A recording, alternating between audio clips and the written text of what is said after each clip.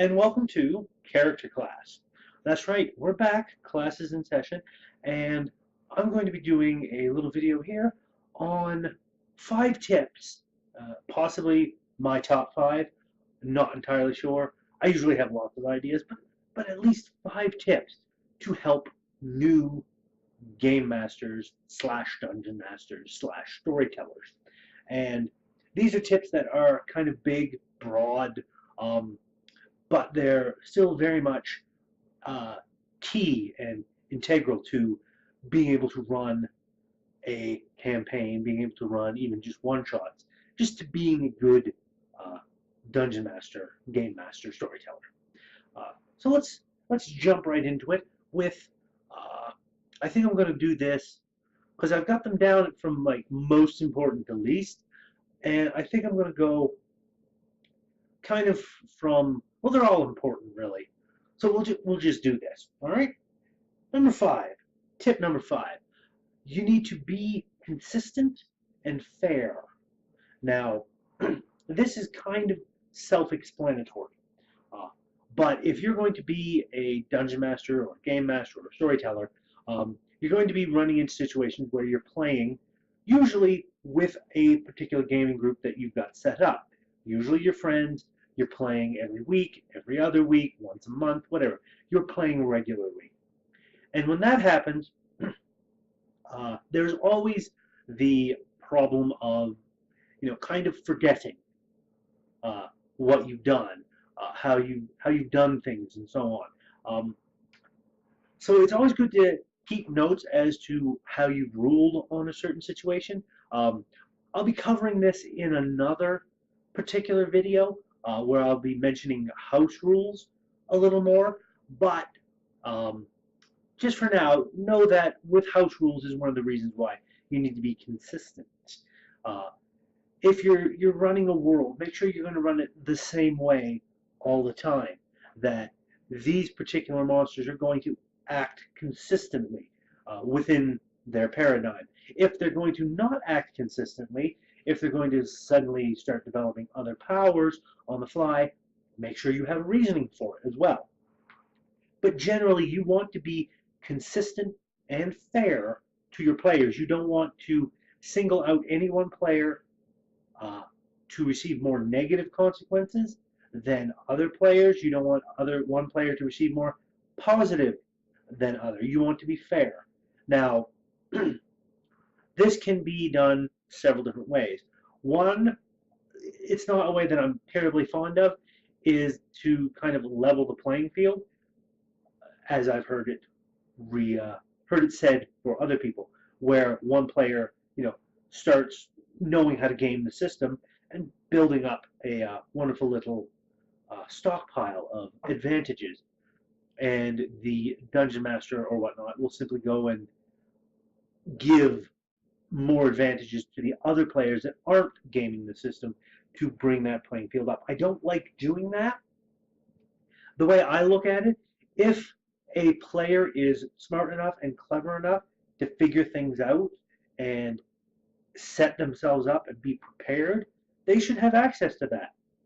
Uh, what I do with fairness is that I make the world itself and the way I approach it. There's always a very specific way, a very realistic way of going at it, so that if you go and piss off a powerful character, he's going to come after you. If you go and do something stupid, you're going to reap the consequences of that. So that is how I tend to exercise my fairness. Um, I just make the world be normal, so that you come in, you do something stupid, you're gonna have to pay for it, one way or another. There's going to be consequences to your actions, always and forever. So you need to be consistent and you need to be fair with your players. Now, number 4 is equally as important as this, and it's something I myself, it took me a few years of being a DM to really learn how to do this. Uh, don't be afraid to say no.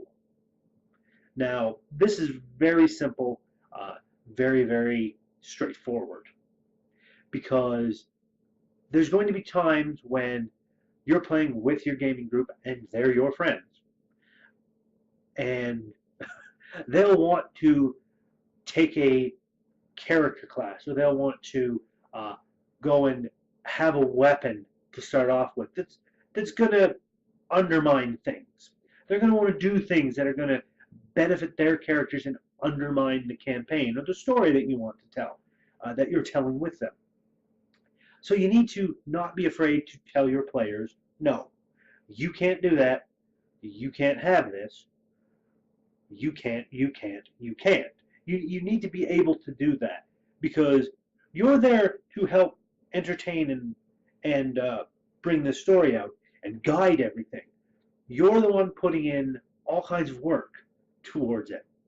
So naturally, you should have that power of veto to simply be able to say, no, this is why.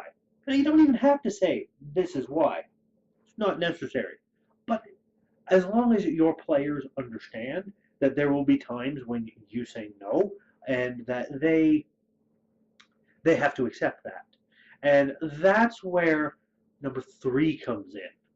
Number 3 is establish clear communication between you and your players. That's the expectations that you're having of the players and finding out what expectations they have of you, limits, house rules, etc., etc. Now you want to get that clear communication going as soon as possible. Sit down, talk with your friends, either one-on-one or individually. Ask them as a new GM, like while you're still putting together the adventure or the campaign or whatever it is you're doing, ask them what they want to get out of it. Do they want lots of combat? Do they not want lots of combat? Do they want more social interaction? Do they want more puzzle solving? Do they want more mystery to figure out? Ask them questions about what they want out of the campaign, what they're looking forward to, what they want to have fun with. Get that down on paper so that you know, and talk to them so that they know what you expect of them as players. Get that clear communication going so that both you as a GM and your players as players know what the expectations are, know what the limits are, know what you can and cannot do at your gaming table. Now, usually, if you're friends, if everybody is all friends, this is extremely easy because if you're friends and you've known each other for a while, you know what each other is like. So it's easy to just roll with it. Now, if you're dealing with somebody that you've any players that you've never played with before, um, if you're dealing with people that you don't know that well, it's even more important to get that clear communication down so that everybody understands each other, and it helps prevent misunderstandings when the game's actually beginning. Um, One of the things that I always like to do with my gaming group is it's now a tacit understanding. It's not something I need to get into with them, but everybody tends to know it's just a game. There's not going to be any hard feelings, nothing of the sort. We're just all here having fun. They know it, I know it, we all agree. And things move fairly smoothly for us. So get those clear lines of communication going. Now, number two. Number 2 is really, really fun. You don't have to do everything yourself. As a new GM, it's one of those things that I encountered, and I'm sure many others do, where you feel the need, I have to create everything. I need to create the town, I need to create this, I need to create that, because I'm the GM, that's my job. Not entirely true.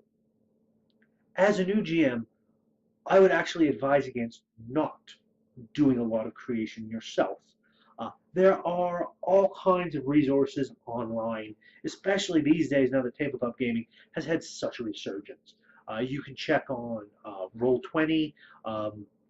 There's I can't remember any other ones, but there's dozens of places online that offer free things. There's like pre-made assets, pre-made towns, pre-made characters, modules with an entire adventure already laid out. Dungeons and Dragons is putting free modules up on Roll20 now, I believe, that you can run your players through and just download and have fun. This is something that is amazing and it's super helpful. Uh, so don't feel the need to have to do everything yourself. There are resources online that you can find with a simple Google search where you can download and piece them together as need be. Saves you a lot of trouble. Feel free to go through and tweak as you need it. But until you get comfortable in building all of that up, by all means, don't do all of the work yourself. You don't have to. It'll save you so much stress, and as well give you the opportunity to really get a handle on things before you start venturing out and doing your own thing. So definitely do that. And finally, the number one tip. The number one tip for new GMs, and it's so obvious a tip, but it's one that so many people don't do. If you're a new GM, if you're looking to get in and run a campaign, run an adventure, do all of that fun stuff, my number one tip is read the fucking manual. Please, dear God, do this. There's a reason for it. RTFM, people. RTFM. You don't have to know the entire book from cover to cover, frontwards and backwards. Absolutely not. But you should be reading through it at least once to get a good grasp of all the systems and the way things play.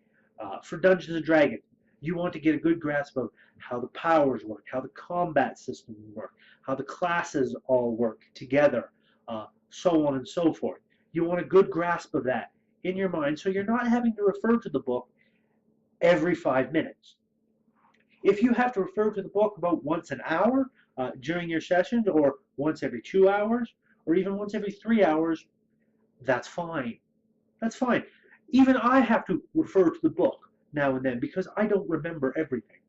But if you know enough where you're not having to keep the book constantly there and constantly referencing it, things move much smoother, much faster. You have a better time, your players have a better time. And I would encourage you not only to just read, like in Dungeons and Dragons, don't just read the Dungeon Master's book, go through the Player's Handbook as well. See what all they have, because there's stuff in the Player's Handbook that is kind of complementary to the Dungeon Master's Handbook, and they're both wonderful, wonderful books to read. And it's always good to know what options your players have as well. So those there are my top 5 tips for new GMs. I'll be doing a new character class video. I don't know if it's going to be next week or not, but it's entirely possible for starting a campaign. That's going to be the next one I do, where I'll cover at least 5 tips, maybe more, about starting your own campaign, starting your own world. This is for not only new GMs, but also any GMs who aren't new that have never really started their own campaign. So look forward to that. As always, if you like what I'm doing, please give that like button a tap. Give that subscribe button a tap as well if you haven't already, so you can be kept apprised of when I do new videos. Usually try and get at least 1 video out a week, if not more. And throw a comment in the comment section if you have any tips for new GMs that you think they might know. If you agree or disagree with me, I think everyone can agree that these are good tips. At least I'm trying. Don't hold that against me. And any other possible ideas for any sorts of episodes I could do for character class, please throw them in there. This episode and the next one that I mentioned have been inspired by one of my commenters in one of my other videos. So thank you, Mr. Wilbert, I believe it was. Thank you for doing that. I'm ever so glad to have bits of discussion going on. Love to talk to people. So I'm going to leave this video here. Until next time, my friends, keep rolling.